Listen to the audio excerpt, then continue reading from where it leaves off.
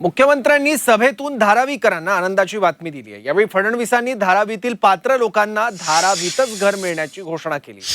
तर धारावी प्रकल्पात अपात्रांचंही पुनर्वसन होईल असं आश्वासन फडणवीसांनी दिलंय।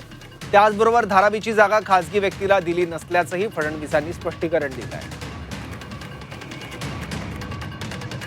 मध्ये DRP ला दिली आहे, कोणा खासगी व्यक्तीला धारावी आम्ही दिलेली नाही, ती DRP ला दिली आहे।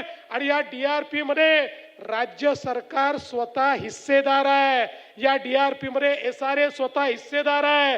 त्यामुळे कोणीतरी विकासक या धारावीची जमीन लाटेल, कोणीतरी घेऊन जाईल हा स्कोपच ठेवलेला नाही। या जमिनीच्या मालकीमध्ये आमची राज्य सरकारची, तुमची, कारण राज्य सरकार म्हणजे तुम्ही आहात, तुमची मालकी त्या ठिकाणी आम्ही ठेवलेली आहे। त्यामुळे काळजी करू नका।